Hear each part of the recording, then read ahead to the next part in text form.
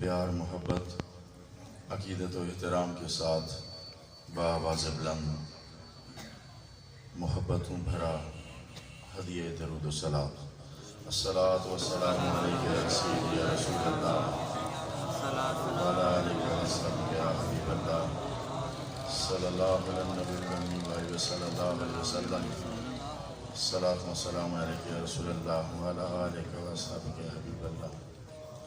الحمدللہ رب العالمین والصلاۃ والسلام علی رحمت للعالمین وعلی آلہ واصحابہ اجمعین۔ اما بعد، اعوذ باللہ من الشیطان الرجیم، بسم اللہ الرحمن الرحیم۔ قل لا اسألکم علیہ اجرا الا المودۃ فی القربى، صدق اللہ مولانا العظیم۔ قال اللہ تبارک و تعالی فی شان حبیبہ، بسم اللہ الرحمن الرحیم۔ ان اللہ و ملائکتہ یصلون علی النبی یا ایہا الذین آمنوا صلوا علیہ وسلموا تسلیما۔ اللہم صل علی سیدنا و مولانا محمد وعلی آل سیدنا و مولانا محمد وبارک وسلم وسلم۔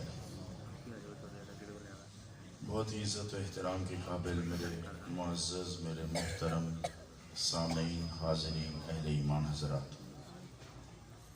لائق صد احترام، صد تعظیم، قابل قدر، قابل احترام حضرات علماء کرام، اور بالخصوص آج کی اس بزم نور و سرور کے میزبان، محتمم، منتظم، آستانہ عالیہ نقشبندیہ میاں چنوں کے سجادہ نشین، فخر السادات، درویش کامل، عالی مرتبت پیر طریقت حضرت پیر سید منیر حسین شاہ صاحب بخاری اور ان کے جمیع صاحبزادگان اور علماء کرام جن کے اسماء گرامی سے میں نابلد ہونے کی وجہ سے نام لینے کا شرف نہیں حاصل کر پا رہا، مگر اتنی بات کہوں گا کہ میں ان کی موجودگی میں اس طرح اونچی جگہ پر بیٹھ کر تقریر کرنا سراسر بے ادبی سمجھتا ہوں کہ ان لوگوں نے اپنی جوانیاں لگا کر قرآن و حدیث کا نور سینے میں سمیٹ رکھا ہوتا ہے۔ یہ قابل احترام لوگ ہیں، قابل احترام شخصیات ہیں۔ سچی بات ہے، جب ہم اور آپ لوگ جوانیاں اس فکر میں گزار دیتے ہیں کہ پکا گھر کیسے بنے گا، بیرون ملک کا ویزا کیسا لگے گا، میں کتنے پیسے کما لوں گا، میری جاب کیسی ہوگی، اگر میں فلاں ڈگری حاصل کر لوں تو اس کا سکوپ کتنا ہے، اور فلاں سند حاصل کر لوں گا تو مجھے کون سی نوکری ملے گی۔ اور یہ وہ لوگ ہیں کہ اس چیز سے بے پرواہ ہو کر کہ اس ڈگری سے کون سی نوکری، کون سی ڈگری، کون سا عہدہ اور کتنی تنخواہ ملے گی، اس چیز سے بے نیاز ہو کر دین کا نور اپنے سینے میں سمیٹتے رہتے ہیں کہ کوئی اور نوکری ملی یا نہ ملی، مدینے والے کے در کی نوکری تو عطا ہو جائے گی۔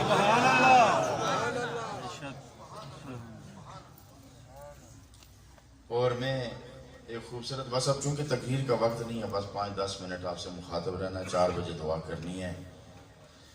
میرے نور نظر نیریہ شریف کی بہار، ہمارے ایک بڑے پیارے لاڈلے شہزادے پیر عماد الدین صاحب نے بڑی خوبصورت گفتگو فرما لی ہے۔ خطاب بس اتنا ہی ہونا چاہیے، نمائندگی آپ نے نیریہ شریف کی دیکھ لی ہے، سن بھی لی ہے، لہذا چند ایک باتیں آپ کی سماعتوں کی نظر کر رہا ہوں۔ آج کا ماحول دیکھیں، ماحول کے مطابق زور خطابت دکھایا جا سکتا ہے، سرکار کی عطا ہے اور عنایت ہے، لیکن اس پرفتن دور میں جس کی طرف میں آپ کی خاص دعوت فکر دینا چاہتا ہوں وہ یہ ہے کہ بڑا پرفتن دور آ گیا ہے، اور یقین جانیے اعتبار اٹھتا جا رہا ہے۔ میں اپنی ذاتی کیفیت علماء کے سامنے ایک درد رکھنا چاہتا ہوں کہ اعتبار اٹھتا جا رہا ہے، سمجھ نہیں آتی کس کو پیشوا مانا جائے، کس کے پیچھے چلا جائے اور کس کے پر اعتبار کیا جائے۔ اور ایک مرتبہ میں نے ایک سٹیٹمنٹ بھی دی تھی کہ ان ہمارے اکابر جو بظاہر تو اکابر ہیں، اب پتہ چلا یہ کتنے اصابر ہیں، انہوں نے کیا کر دیا ہے، کس جھگڑے میں ڈال دیا ہے قوم کو، امت کو، ملت کو۔ ارے کس کو تولتے پھرتے ہو، کس کو ناپتے پھرتے ہو؟ ارے جو نبی کی مجلسوں کے پروردہ ہیں ان کو تولتے ہو، اور جو نبی کے گھرانے کے لوگ ہیں ان کو تولتے ہو۔ میں شاہ جی کو کہہ رہا تھا، میں اصل میں یہ جنگ دو طاقتوں کی ہے، میدان جنگ پاکستان کو بنایا گیا ہے۔ ایک کہیں سے معاوضہ لے رہا ہے، دوسرا کہیں سے معاوضہ لے رہا ہے۔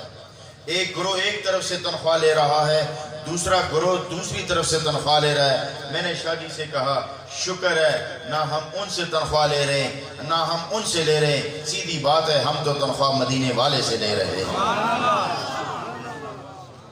ہم تو تنخواہ، ہم بات کریں گے بالکل سیدھی سیدھی، ہم بات کریں گے سیدھی سیدھی۔ خدا کی قسم میں پوری جرأت سے اس مسند پہ بیٹھ کے کہہ رہا ہوں کہ امام اعظم ہو یا غوث اعظم ہو، کسی صحابی کے برابر نہیں ہو سکتا۔ غوث اعظم ہو یا امام اعظم ہو، وہ کسی صحابی کے برابر نہیں ہو سکتا۔ اور صحابی کی تعریف کیا ہے؟ میں نے پوچھا ہے صحابی آپ کی عظمت تو میں سلام کرتا ہوں، کیا سجدوں کی کثرت نے یہ مقام عطا کیا ہے؟ کیا بیت اللہ کے طواف نے یہ مقام عطا کیا ہے؟ کیا حجر اسود کے بوسے نے یہ مقام عطا کیا ہے؟ کیا صفا و مروہ کی سعی نے یہ مقام عطا کیا ہے؟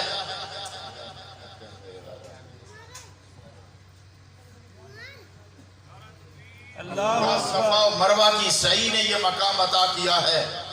کہاں سے مقام ملا ہے؟ پتہ چلا کہ جھلک مصطفیٰ نے حالت ایمان میں یہ مقام عطا کیا ہے۔ اب لغوی اعتبار سے، علمی اعتبار سے تو یہی جملہ کہا جاتا ہے کہ حالت ایمان میں دیدار مصطفیٰ، اور میں یوں کہوں گا کہ حالت اعتبار میں دیدار مصطفیٰ، کیونکہ ایمان نام ہی نبی پاک کی ذات پر اعتبار کا ہے۔ جس نے نبی پاک کی ذات پر اعتبار کر لیا اسے ہی ایمان عطا ہو گیا۔ اب اگر ایک مجلس میں عرقہ کریم کی آ گیا ہے، اب بینائی نہ ہونے کی وجہ سے وہ دیکھ نہیں پایا، تو اس کو کس چیز نے صحابی بنایا ہے؟ اگر کوئی سماعت کی وجہ سے سن نہیں پایا کلام، وہ کیسے صحابی بن گیا ہے؟ اور اگر زبان سے گونگا ہے، بول نہیں پایا، کس وجہ سے وہ صحابی بن گیا ہے؟ تو مجھے یوں کہہ لینے دو، آقا کی مجلس میں آ گیا تو لباس بشریت کو جس ہوا نے چھوا تھا وہ اس کے جسم کو بھی چھو کر گزر گئی، تو اسے صحابی بنا گئی، اسے صحابی بنا گئی۔ اب کوئی زمانے کا غوث وہاں نہیں پہنچ سکتا، کوئی علم کا شاہ سوار وہاں نہیں پہنچ سکتا، کوئی اور صحابی نہیں بن سکتا۔ مجلس مصطفیٰ کی تاثیر دیکھو کہ آقا کریم کی مجلس نے اسے صحابی بنا دیا۔ تو اگر جسم کو ہوا چھو کر جسم سے لگ کے صحابی بناتی ہے، تو جس کے بدن میں نبی کا خون دوڑ رہا ہے اس کے مقام و مرتبہ کا عالم کیا ہوگا؟ اس لیے دوستو عقیدے درست رکھو، عقیدے درست رکھو۔ کسی بھی صحابی پر اگر انگلی اٹھاؤ گے تو کیا معنی یہ نہیں بنتا کہ سرکار نے کیا تربیت میں کمی چھوڑ رکھی تھی؟ کیا سرکار نے تربیت صحیح نہیں کی تھی؟ اور کچھ تاریخ دانوں نے جھوٹ بھی جوڑ رکھا ہے، اپنے پاس سے باتیں ملا رکھی ہیں۔ لہذا یاد رکھو کہ دو چیزیں ہیں سنیوں جو اللہ نے آپ کے حصے میں عطا کی ہیں، کہ ادب بھی ہمارے حصے میں آیا ہے، محبت بھی ہمارے حصے میں آئی ہے۔ ادب بھی ہمارے حصے میں آیا ہے، محبت بھی ہمارے حصے میں آئی ہے۔ ادب صحابہ کا کرنا ہے، محبت اہل بیت کی کسی کرنی ہے، اور بغیر محبت کے ادب سراسر منافقت ہے، اور بغیر ادب کے محبت تسکین انا ہے، محبت نہیں ہو سکتی۔ سبحان اللہ، ماشاءاللہ۔ صحابہ کا بے ادب ہو اور اہل محبت کا دعوے دار ہو، یہ اس کی انا تو ہو سکتی ہے، اس کی کسی ذاتی مفاد کی تسکین تو ہو سکتی ہے، یہ محبت اہل بیت نہیں ہو سکتی۔ اور جو محبت اہل بیت نہ رکھتا ہو، ادب صحابہ رکھتا ہو، تو سراسر منافقت کر رہا ہے۔ ہمارے لیے صحابہ بھی محترم ہیں، اہل بیت بھی ہمارے پیشوا و سر کے تاج۔ نعرہ تکبیر، نعرہ رسالت، نعرہ تحقیق، نعرہ حیدری۔ مرحبا۔ اور مزے کی بات آپ نے صاحبزادہ صاحب سے سنا نا، احادیث کی روشنی میں سارے خلفائے راشدین کا پیغام، ان کی عظمت، ان کا مقام و مرتبہ آقا کریم کی احادیث کی روشنی میں آپ نے سن لیا ہے۔ اور حدیث کو درجہ کیا حاصل ہے جب زبان مصطفیٰ علیہ السلام کا مقام و مرتبہ کیا ہے؟ تو سنو، ایک مختصر سی بات عرض کرتا ہوں۔ انسان کی دو حالتیں ہیں، تیسری کوئی حالت نہیں ہوتی۔ اگر ہے بھی تو اس پر کوئی گرفت نہیں، اس کی کوئی پوچھ نہیں۔ دو حالتیں کون سی ہیں؟ یا کولی ہے یا فیلی ہے۔ علماء بیٹھے ہوئے ہیں، اور قیامت میں شاہ جی گرفت بھی یا کول پر ہے یا فیل پر ہے، خیال پر کوئی گرفت نہیں ہے۔ بات سمجھ میں آئی؟ خیال پر کوئی گرفت نہیں ہے۔ اور قبر میں بھی سرکار کو دکھا کر یہ نہیں پوچھا جائے گا ان کے بارے میں تیرا خیال کیا تھا، کیا بات، کیا بات، یہ پوچھا جائے گا کہ ان کے بارے میں تیری زبان حرکت کیسے کیا کرتی تھی، کیا بات، کیا بات۔ ان کے زبان کے معاملے میں زبان حرکت کیسے کیا کرتی تھی۔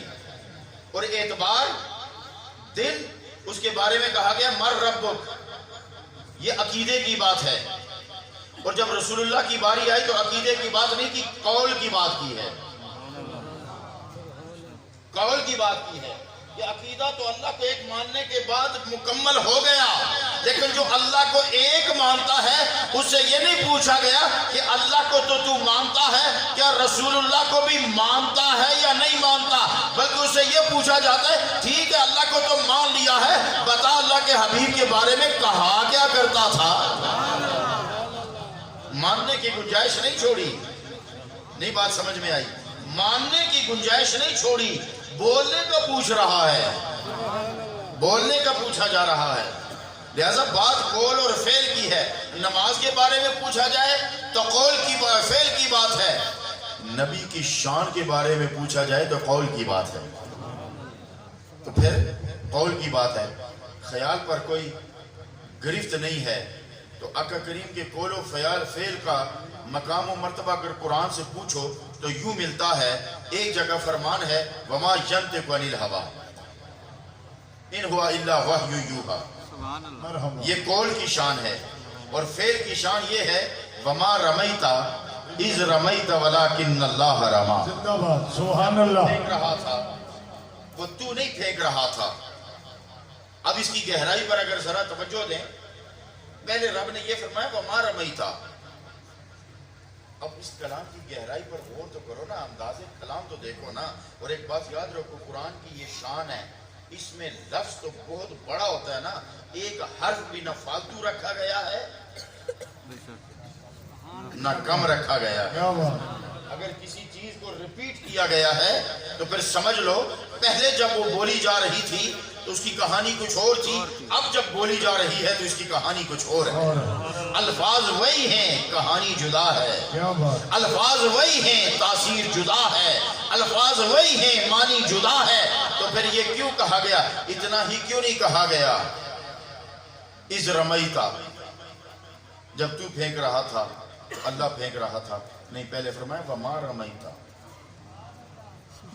سونے تو نہیں پھینک رہا تھا، یہ مطلقاً بات ہے، وما رمیتا، تو نہیں پھینک رہا تھا۔ سوال ہوا ربا کب، ربا کب، کب، اے الہ العالمین کب، یا رب العالمین کب، اس رمیتا جب تو ہی پھینک رہا تھا۔ عجیب سوال و جواب نہیں ہے، تو نہیں پھینک رہا تھا۔ پھر ساتھ ہی فرمانا جب تو ہی پھینک رہا تھا مرحبا تاکہ شک نہ رہے دنیا کو پتہ چل جائے کہ ید اللہ کس چیز کا نام ہے، کیا بات تاکہ سبحان دنیا کو اللہ پتہ چل جائے ید اللہ کس چیز کا نام ہے۔ تو اگر ید اللہ کا یہ مقام ہے تو زبان مصطفیٰ کا مقام کیا ہوگا؟ وما ینطق عن الہویٰ ان ہوا الا وحی یوحیٰ۔ تو پھر میرے نبی کی زبان کے جتنے قول تھے آپ نے صاحبزادہ صاحب کی زبان سے سننے کے بعد اب جو میں پیغام دینا چاہتا ہوں، مقام صدیق بھی جان لیا، مقام عمر بھی جان لیا، مقام عثمان بھی جان لیا، مقام علی بھی جان لیا، مقام و مرتبہ فاطمہ بھی جان لیا، مقام حسن و حسین بھی جان لیا۔ اب سنی اپنے مقام کو بھی سمجھ لے، کیونکہ سب مقام جاننے کے بعد اپنے مقدر پہ ناز کر کے یہ ہمارے ہیں، ہم مل کے ہیں۔ سبحان اللہ ماشاءاللہ زندہ باد زندہ باد مقام اپنا سمجھنے کی کوشش کیا کر، بات یہ ہمارے ہیں، ہم مل کے ہیں۔ صدیق کو صداقت ملی تو کیوں ملی، عمر نے عدالت لگائی تو کیوں لگائی، عثمان کو شرافت ملی تو کیوں ملی، علی کو شجاعت ملی تو کیوں ملی، حسین کو شہادت ملی تو کیوں ملی۔ واہ پیر صاحب زندہ باد کیا بات حدیث مبارکہ بڑی مشہور ہے، کیا انا مدینۃ العلم، میں علم کا شہر ہوں، علی دروازہ ہے۔ اگلی حدیث پر کچھ کہتے ہیں ہے، اکثریت کہتی ہے نہیں ہے، کہ جو صدیق کے حوالے سے، عمر کے حوالے سے، عثمان کے حوالے سے رضی اللہ تعالیٰ عنہم اجمعین۔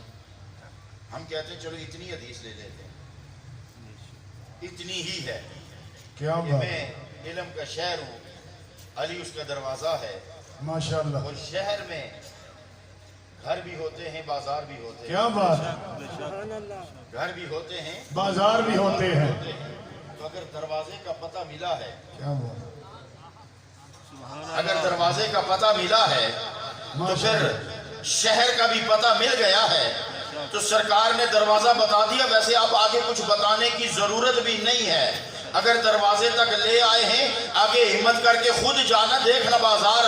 اور پھر سرکار نے فرمایا میں شہر ہوں، میں بازار علم ہوں، میں شہر علم ہوں۔ تو اگر یہ بازار علم ہے، شہر علم ہے، تو مجھے یہ جملہ کیا لینے دو، یہاں سونا تو نہیں بکتا نا، کیا بات یہاں ہیرے تو نہیں بکنے نا، ماشاءاللہ یہاں چاندی تو نہیں بکنی نا، مرحبا یہاں سبزی تو نہیں بکے گی نا، اللہ یہاں چینی آٹا دالیں تو نہیں بکے گی نا۔ اس بازار شہر میں ملتا کیا ہے؟ جب بازار شہر کا سودا دیکھو گے تو سودا گروں کا خود پتہ چل جائے گا۔ مرحبا سبحان اللہ چار پانچ بڑے سودوں کا تو ہمیں پتہ ہے کہ اس بازار میں صداقت ملتی ہے، اس بازار میں عدالت ملتی ہے، اس بازار میں شرافت ملتی ہے، اس بازار میں شجاعت ملتی ہے، اس بازار میں شہادت ملتی ہے۔ تو صداقت کا دکاندار مجھے صدیق اکبر نظر آیا، عدالت کا دکاندار مجھے عمر نظر آیا، شرافت کا دکاندار مجھے عثمان نظر آیا، شجاعت کا دکاندار مجھے علی نظر آیا، شہادت کا لمبردار مجھے حسین نظر آیا۔ کیا بات اللہ اکبر یا رسول اللہ ہر چار یار دونوں ہاتھ بلند کر کے دونوں ہاتھ بلند کر کے نعرہ تکبیر، نعرہ دونوں ہاتھ نیچے نہیں آنے چاہیے، نعرہ تکبیر، نعرہ تکبیر، نعرہ تکبیر۔ جو حسینی ہے ہاتھ نیچے نہ کرے، نعرہ رسالت، نعرہ رسالت، نعرہ رسالت، نعرہ تحقیق، نعرہ حیدری۔ میرے آقا نے علی کو دروازہ کہہ کے یہ سند جاری کر دی کہ جو آئے گا وہ آئے گا بھی ادھر ہی سے،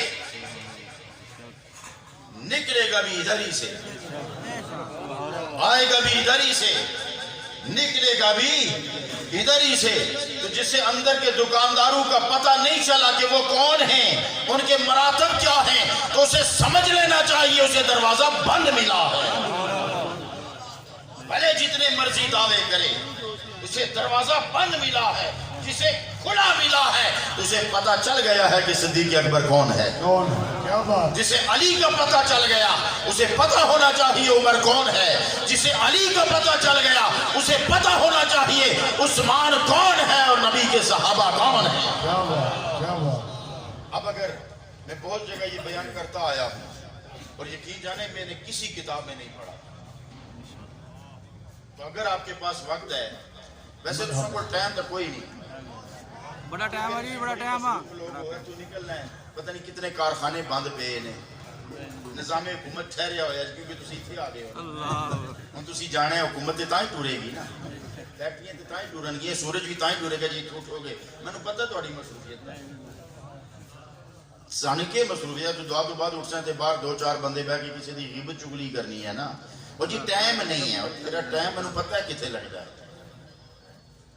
اگر ان محافل کے لیے تمہارے پاس ٹائم نہیں ہے تو یہ نہ کہہ کہ تمہارے پاس ٹائم نہیں ہے. اللہ اکبر. اللہ کسی نے تمہارے مقدر میں یہ ٹائم ہی تھوڑا رکھا ہوگا. تو اگر آپ کے پاس ٹائم ہے تو پھر میں بات کروں. سبحان اللہ. نعرہ تکبیر، نعرہ رسالت. بات یہ ہے مرحبا. کہ علماء بیٹھے ہوئے ہیں، یہ میں نے کسی کتاب میں نہیں پڑھا، خود میرے ذہن میں ایک سوال آیا. سرکار نے فرمایا فاطمہ میرے جگر کا ٹکڑا ہے، یہی فرمایا نا. تو پھر میرے دل میں خیال آیا کہ یہ نور کی تشکریوں میں دھلتا تو دل رہا. کیا بات. سبحان اللہ. نہیں بات سمجھ میں آئی؟ ہاں. توجہ کرنا. نور کی تشکریوں میں تو دھلتا دل رہا، تو دل کا ٹکڑا کیوں نہ کہا، جگر کا ٹکڑا کیوں کہا؟ کبھی اس طرف دھیان دیا کہ آپ لوگوں نے کہ نہیں؟ کبھی اس طرف سوچا بھی ہے کہ نہیں کہ سرکار نے جگر کا ٹکڑا کہا؟ نور کی تشتریوں میں دھونے کے لیے جبریل تو دل کو آتا رہا، دھلتا تو دل رہا، اور جسم پر حکومت بھی دل کرتا ہے. آ بھائی چلنے آج ذرا بازار پھرا ہوا، نہیں یار دل نہیں کرتا. ٹھیک ہے یار اس فلانے نے تو سلام دعا نہیں کی تھی، یار دل نہیں مانتا کہ میں اس نے سلام کرا. آپ کے خیالات اور مرضی پہ قبضہ تو دل کا ہے، مگر جگر کیوں کہا گیا؟ جگر کا تو کسی جگہ نہ میں نے کبھی کسی کا رول نہیں دیکھا کسی نے کہا جی میرا جگر نہیں کرتا کہ میں جاواں، ایک جی میرا دل نہیں کرتا میں جاواں. حکومت دل کی ہے، کہا جگر کا. یا تو میں بھی سوچ میں پڑ گیا کہ اس میں حکمت کیا ہے. تو یقین جانیے کہ خود بخود ہی راستے کھلتے گئے. جیسے کسی نے کہا کہ ان کے کام تو دیکھنا کام کیا ہے ان کے. سبحان اللہ. سبحان اللہ. تو دل کا کام یہ ہے کہ خون آئے، دل اسے پمپ کرے اور پورے جسم میں دل کو اس خون کو بھیج دے، اور وہ خون پورے جسم میں غذا بانٹ کے نا پھر واپس آتا ہے، پھر نئی غذا لے کے نا پھر ایک خانے میں آتا ہے، پھر اس سے دوسرے میں آتا ہے. وہ پھر دل پمپ کرتا ہے نا تو یہ خون، یہ دیکھو نا جب آپ روٹی کھاتے ہیں اس کی طاقت آپ کے ٹخنے تک جاتی ہے کہ نہیں؟ بازو کی انگلی تک جاتی ہے، روٹی نہیں جاتی، روٹی صرف میدے میں جاتی ہے. کیا بات. یہ خون لے کے جاتا ہے. یہ خون گردش کیوں کرتا ہے؟ یہ آکسیجن اور غذا کی توانائی لے کے پورے جسم میں بانٹ کے واپس آتا ہے، خالی ہو کے پھر تازی خوراک لے کے جاتا ہے. تو پھر میں سمجھ گیا دل کا کام ہے بانٹنا. سبحان اللہ. دل کا کام ہے بانٹنا. پھر میں نے کہا جگر کا کیا کام ہے؟ جواب آیا جگر کا کام ہے خون بنانا. سبحان اللہ. بات سمجھ میں آ گئی ہوگی. جگر کا کام ہے خون بنانا، دل کا کام ہے بانٹنا. اب اگر زمین ہی نہیں ہوگی، گندم اگے گی نہیں، تو بازار میں آٹا سپلائی کہاں سے ہوگا؟ نہیں بات سمجھ میں سبحان اللہ. سبحان اللہ. اللہ ہی سمجھائے. سبحان اللہ. بھائی زمین نہیں ہے، گندم اگی نہیں ہے، مارکیٹ میں آٹا آیا نہیں، آٹا مہنگا ہو گیا. کیوں جی؟ پیچھے سے سپلائی نہیں. سپلائی کیوں نہیں جی؟ پیداوار نہیں. تو اس کا مطلب یہ ہے کہ جب تک پیداوار نہیں ہوگی خون بنے گا ہی نہیں، دل بانٹے گا کیا؟ تو میرے نبی نے فرمایا فاطمہ میرے جگر کا ٹکڑا ہے، جو خیرات بنتی ہے فاطمہ کے گھر سے بنتی ہے، صحابہ بانٹنے والے. کیا بات. کیا بات. بات سمجھ میں آئی کہ نہیں؟ کیا بات. سبحان اللہ. پیداوار یعنی پروڈکشن ہوگی تو سپلائی ہوگی نا. کیا بات. جب پروڈکشن ہی نہیں ہوگی تو سپلائی کیا ہوگی؟ ڈسٹریبیوٹر ڈسٹریبیوٹ کیا کرے گا؟ اگر فیکٹری میں چیز بنتی نہیں تو مارکیٹ میں آئے گی کیسے؟ تو سرکار نے فرمایا فاطمہ میرے جگر کا ٹکڑا ہے، یعنی یہ وہ وجود ہے جہاں خیرات بنتی ہے، واہ کیا بات. اور صحابہ وہ ہیں جہاں سے خیرات بٹتی ہے. کیا بات. بات سمجھ میں آئی کہ نہیں آئی؟ کیا بات. سبحان اللہ. حضرات محترم، اللہ رب العزت ہمیں پاکیزہ عقیدوں پر قائم. آمین. اہل بیت کی محبت فرض ہے، واجب ہے، لازم ہے. اہل بیت کی محبت کے بغیر میرے نزدیک ایمان داغدار ہو جاتا ہے، مرحبا. رہتا ہی نہیں ہے اگر بے ادبی ہو جائے تو. اور اسی طرح صحابہ کا مقام و مرتبہ ہے، ان کی عظمت و شان ہے، اس پر قائم رہو. اب میرے دوستو ایک پیغام اور دے کر میں اپنی گفتگو ختم کرتا ہوں. یہ تو ہے نا عقیدے، یہ ہیں خطابات، یہ ہیں وعظ، یہ ہیں مجالس، یہ ہیں لیکچر، یہ ہیں دروس. لیکن میرے دوستو یہ سب اس لیے ہوتا ہے کہ آؤ میدان عمل میں قدم رکھیں. سبحان اللہ. میں یہ بھی بات بتاتا چلوں کہ اہل محبت، اہل بیت سے محبت کے دعوے داروں، حسین نے تو کربلا میں بھی سجدہ قضا نہیں کیا. تم پنکھے کے نیچے کھڑے ہو کے نماز نہیں پڑھ سکتے اور دعویٰ کرتے مجھے اہل بیت سے محبت ہے. ارے وہ تو میلوں دور جا کے وضو کے لیے پانی ڈھونڈ کے وضو کرتے تھے. تمہارے لیے تو مسجد میں ٹوٹی کھولو تو پریشر کے ساتھ پانی آتا ہے، وہاں بیٹھ کے وضو نہیں کر سکتے اور دعویٰ محبت کا کرتے ہو. محبت چیز کس چیز کا نام ہے؟ محبت پتہ ہے کس چیز کا نام ہے؟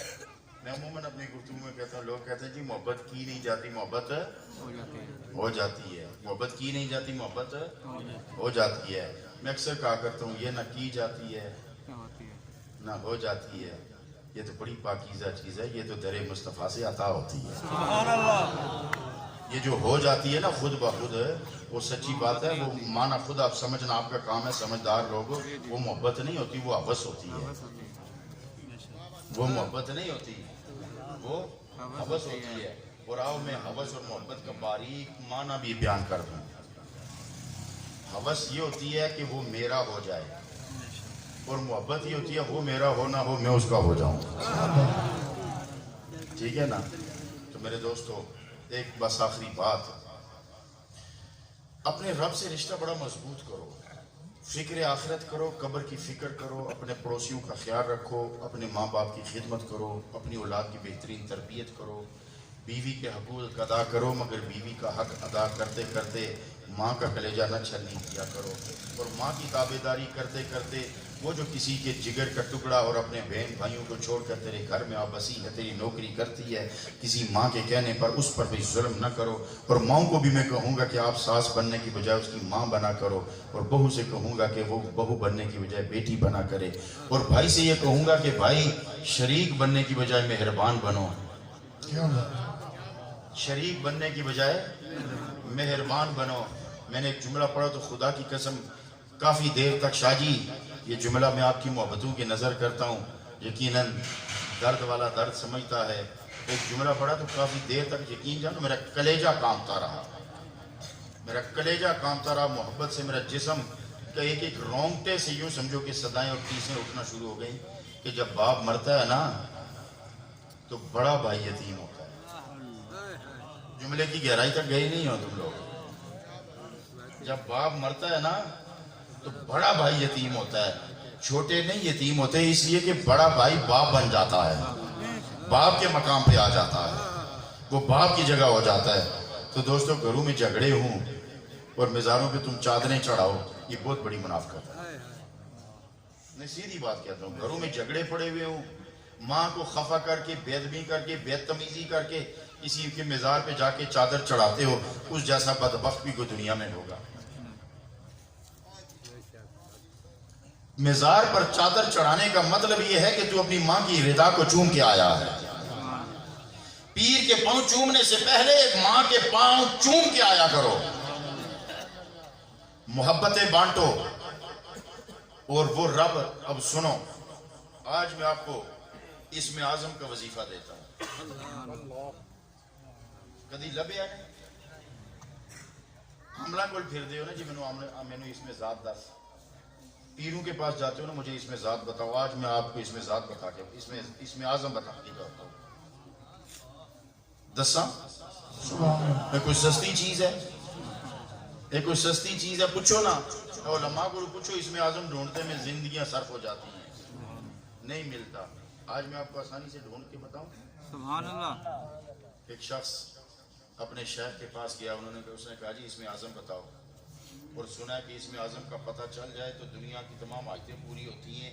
اور حضرت سلیمان علیہ السلام نے پوری کائنات پہ حکومت اس لیے کی تھی کہ ان کے پاس اسم اعظم کی طاقت تھی. اس کے پاس اسم اعظم کی طاقت تھی. ایک دفعہ حضرت موسیٰ نے بھی شکوہ کیا ربا میں بد دعائیں دیتا ہوں فرعون کا مال تباہ کیوں نہیں ہوتا. انہوں نے کہا کہ فرعون کے محل کو تو دیکھ رہا ہے کہ تباہ کیوں نہیں ہوتا. میں تو اس کے دروازے پہ بسم اللہ پڑی لکھی ہوئی دیکھ رہا ہوں. اسم اعظم کی اس طاقت سے حضرت سلیمان نے زمین پر بھی حکومت کی. اور حضرت سلیمان کی حکومت کا پتہ کیا عالم تھا؟ 2-3 روایات ہیں. ایک روایت یہ ہے کہ آپ کا تخت 70 گز لمبا تھا اور وہ زمین کا پورا ٹکڑا تھا. اور ایک یہ ہے کہ اس پر 3000 بندے بیٹھ سکتے تھے اور اس کو ہوا اٹھاتی تھی. یہ ساری اسم اعظم کی طاقت سے تھا. وہ اندہ علم من الکتاب جو ہے نا حضرت سلیمان کی مجلس میں جو تخت آیا تھا وہ اندہ علم من الکتاب. وہ علم بھی کتاب کا جو تو حقیقت میں اسم اعظم کا تھا. تو آج آپ کو بتا دوں سبحان اللہ. حضور اسم اعظم بتاؤ تاکہ میری مشکلیں حل ہوں. انہوں نے بتایا جا اللہ اللہ کرتا رہے. 40-41 دن اللہ اللہ کی کوئی مشکل حل نہ ہوئی. اس نے کہا تو یہ تو بات نہیں بنی. وہ اپنے خطیب صاحب کے پاس گیا. ان کا خطیب جی پیروں نے بتایا تو بات نہیں ہو آپ بتا دو. انہوں نے کہا یا حیو یا قیوم پڑھ یہی اسم اعظم ہے. پھر اس نے چلے کاٹے وہ پریشانیاں ادھر کی ادھر رہی کوئی بات نہ بنی. وہ کسی اور استاد کے پاس گیا. اس نے کہا اسم اعظم بتا. اس نے کہا یا اللہ ہو یا رحمان ہو یا رحیم پڑھ. وہ پڑھتا رہا. پھر کوئی بات نہ بنی. عرصہ گزرتا گیا. مایوسیاں بڑھتی گئیں. پریشانیوں پنجے گاڑتے چلے گئے. جب ہر طرف سے مایوس ہو گیا نا پریشان ہو گیا تو آخر جب بہت مایوس ہوا اب جب اس کا ایمان بھی ڈولنے لگا اس نے سوچا کہ ایمان تباہ ہونے سے پہلے اگر مار جاؤں تو بہتر نہیں. اس نے کیا کیا کہ اس نے کہا چلو کہیں جب زہر نہ ملا تو اس کو کسی جگہ اس نے پڑھا جی کہ دوائی اگر اپنی مقدار سے زیادہ کھا لو تو بندہ مر جاتا ہے. گھر میں جتنی دوائیاں تھیں نا ساری سمیٹ کے اس نے کھا لی. اجوین بھی کثرت سے کھا لی, فلاں بھی کثرت سے کھا لی, فلاں بھی کھا لی, تھوتے شوتے جو کچھ تھا نیلا پیلا تھوتا کھاتا چلا گیا. جب کھا کے اسے احساس ہوا کہ اب تو تھوڑی دیر میرے پاس ٹائم تھوڑا رہ گیا میں تو مرنے لگا ہوں ظاہر اتنا کچھ میں نے کھا لیا. تو ایک دم خیال آیا کہ میں ایمان بچاتے میں تو اپنا ایمان ضائع کر رہا ہوں. اگر میں مر گیا تو یہ تو خودکشی کی موت ہوگی, میرا تو ایمان ضائع ہوگا. اب جب اسے فکر آخرت پڑی نا تو آنسو کی ایک لڑی لگ گئی. رونا شروع ہو گیا, پریشان ہو گیا. ماں کو دیکھا کہ ابھی یہ بھی مجھ سے بچھڑ جائے گی, ہاتھ تو یہ بھی نہیں رکھ سکتی. باپ کو دیکھا جب ہر طرف سے مایوس ہوا نا اندھیرے کوٹھڑے میں جا کے نا تو رونا شروع کر دیا. گڑ گڑا کے کہنے لگا ربا بس مجھے اور کوئی فکر نہیں, میرا ایمان بچا لے. اگر میں مر گیا تو یہ میری موت حرام کی موت ہوگی اور ربا میں حرام کی موت مرنا نہیں چاہتا. میں نے تیرے نبی کا کلمہ پڑھا ہوا ہے تو اس کلمے کے صدقے میں یا اللہ مجھے آج موت سے بچا لے. آئندہ میں ایسی کوئی حرکت نہیں کروں گا, کوئی شریعت و طریقت سے ہٹ کر اور تیرے رسول کے طریقے سے ہٹوں گا نہیں. جب شدت سے آنسو بہاتا رہا, روتا رہا, گڑ گڑاتا رہا, مدت گزرتی گئی. اب کیا تھا کہ وہ تندرست و توانا ہو کر باہر آ گیا تو اسے پتا چلا کہ اس میں اعظم حقیقت میں انسان کے اپنے آنسو میں پوشیدہ ہوا کرتا ہے. جب بھی تنہائی میں اکیلے میں یہ بڑی معنی خیز بات آپ کو بتا دی ہے کہ اس رب کو دل کی گہرائیوں سے پورے یقین کے ساتھ, خدا کی قسم یقین سے ایک خوبصورت بات اور یاد آ گئی. ٹائم تو میرا کوئی نہ تہاڈا عرس ہے نہ میرا عرس ہے تو نہ اسی اس قابل ہے کہ ساڈا کسی عرس کرنا ہے. تہاڈے کوئی اسی قابل ہے نہیں تو عرس ہوئے گا. میں اس قابل ہاں تو کدا عرس ہے جنہ دا عرس ہے نا پھر ٹائم بھی انہاں دا ہی ہے. ہن جس گھڑی تک کی دے پھر سمجھو حضرت علی دے عرس ہی نہیں آیا. جب دیر ہونے لگے نا تو سمجھو کسی کی مرضی چل رہی ہے. تو آپ یقین سے ایک بات بتانا چاہتا ہوں کہ اپنے رب پر یقین کے ساتھ جب رسول اللہ کا واسطہ دے کر کوئی عرض کرو نا تو یہی اس میں اعظم ہے. یہی اس میں اعظم ہے. بس دو چیزیں یاد رکھو. نام اس کا، بس ذہن میں رکھو، نام اس کا، خلوص کے آنسو تمہارے، بیچ میں واسطہ مصطفیٰ کا. یہی اس میں اعظم ہے. یہی اس میں اعظم ہے. نام اس کا، خلوص کے آنسو آپ کے، واسطہ مصطفیٰ کریم. ایک بچے کو، بچے ہوتے ہیں، اس کو اپنے رب پر اتنا یقین تھا نا کہ گلی میں کھیل رہا تھا پرانے پھٹے جوتوں میں، تو گیند دیوار کے ساتھ مارتا نا، دیوار سے ٹکرا کے دور جاتی تو وہ گیند کے پیچھے دوڑتا. جوتے پھٹے ہوئے تھے تو وہ راستے میں گر جاتا، جوتا اتر جاتا. پھر وہ جوتا پہنتا تو آتے آتے دیر ہو جاتی گیند ڈھونڈنے میں. وہاں ایک سخی دل مخیر آدمی کھڑا تھا. میں نے کہا دیکھو یہ غریب بچہ ہے، جوتے پھٹے ہوئے ہیں بیچارے کے. وہ گناہ کچھ کہ سیدھا بازار چلا گیا، اس کے ناپ کے نئے جوتے لے آیا. اب گلی میں نے اس بچے کو بلا کے کہتا بیٹا ادھر آ. بیٹے کو بلا کے کہتا بیٹا یہ لے، یہ جوتی پہن اور اب گیند کے ساتھ کھیل. جوتی تھامتے ہی اس چھوٹے بچے نے اس قد و قامت والے بندے کے چہرے کی طرف دیکھ کے، اب سنو ذرا توجہ سے، اسے کہا تو خدا ہے؟ تو خدا ہے؟ اس نے کہا نہیں بیٹے. ساتھ ہی بچے نے اگلا جملہ جڑ دیا، اچھا خدا نہیں ہے مگر اس کا دوست ضرور ہے. کیا بات. تو خدا تو نہیں ہے مگر اس کا دوست ضرور ہے. مرحبا. اب اس کے دل میں سوالات پیدا ہو گئے اور اس بچے کو پکڑ کے کہا بیٹا یہ بات تم نے کیوں کی؟ اب اس کی معصومیت کا اندازہ اور یقین دیکھو. جب تک مومن اس معصومانہ انداز میں یقین نہیں کر لیتا نا، اس میں اعظم نہیں ملا کرتا. اس بچے نے کہا میں نے اس لیے کہا کہ تو خدا ہے کہ آج ہی رات کو میں نے اپنے رب سے نئے جوتے مانگے تھے. آج رات کو میں نے اپنے رب سے نئے جوتے مانگے تھے کہ اللہ میرے جوتے پھٹے ہوئے ہیں، مجھے جوتے چاہیے. اور آج دن کو جب میں کھیل رہا تو جوتے لے کے آیا نا تو میں سمجھ گیا خدا جوتے دینے آ گیا ہے. اور جب تم نے کہا کہ میں خدا نہیں نا تو پھر اگلی بات بھی میں سمجھ گیا خود تو نہیں آیا ہے، اپنے دوست کو بھیج دیا ہے. خود تو نہیں آیا ہے، اپنے دوست کو بھیج دیا ہے. میں تھوڑے کو ایک گل پوچھنا چاہنا، دسو ذرا ایڈا رشتہ رب نال کسے جوڑ کے رکھیا، پھر کہتے ہو جی ہماری پریشانیاں. یہ جلسے، یہ جلوس اس وقت تک کارآمد نہیں ہے جب تک آپ کا رشتہ اپنے رب سے جڑ نہیں جاتا، جب تک آپ کا رشتہ اپنے اللہ سے جڑ نہیں جاتا. باقی وسیلے ہیں.